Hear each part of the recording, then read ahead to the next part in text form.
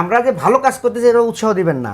আমরা উৎসাহ দিতেই চাই, কিন্তু পাশাপাশি আরেকটু বুঝতে চাই যে যাদের কাছে টাকা নেই তারা এখানে পিছিয়ে পড়ে কিনা, সেই জায়গাটা বুঝতে চাই। টাকা নাই পিছিয়ে পড়বে কেন?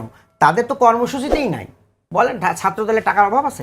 আমি এখানে রাশেদ আছে, রাশেদের কাছে শুনতে চাই। থাকতে হবে তো কর্মসূচি নিয়ে নামেন। ওকে, আমরা ডাকসু নিয়ে কথা বলছি, ডাকসুর প্রসঙ্গে থাকি। আমরা জানি না অন্য দলের কি কর্মসূচি আছে, আমাদের 4 দফা কর্মসূচি।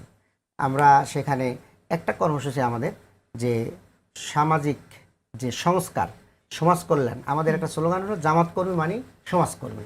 অর্থাৎ একজন কর্মী হতে তাকে সমাজের কিছু কাজ করতে হবে। পয়সা না থাকলে কিভাবে করবে? যে সংগঠনের পয়সা নেই সে কিভাবে করবে?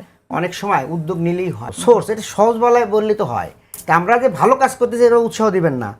আপনারা বলেন যে এই ভালো কাজ করতে টাকা করতে পারছেন।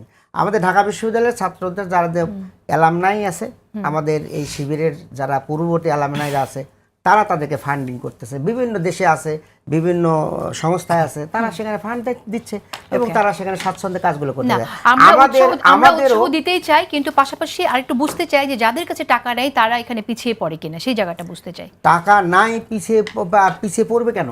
তাদের তো কর্মসূচিতেই নাই। বলেন ছাত্রদলের টাকার অভাব আছে? আমি এখানে ছাত্রদলের টাকার অভাব আছে? রাশেদ আছে, রাশেদের কাছে শুনতে চাই। থাকতে হবে তো কর্মসূচি নিয়ে নামেন।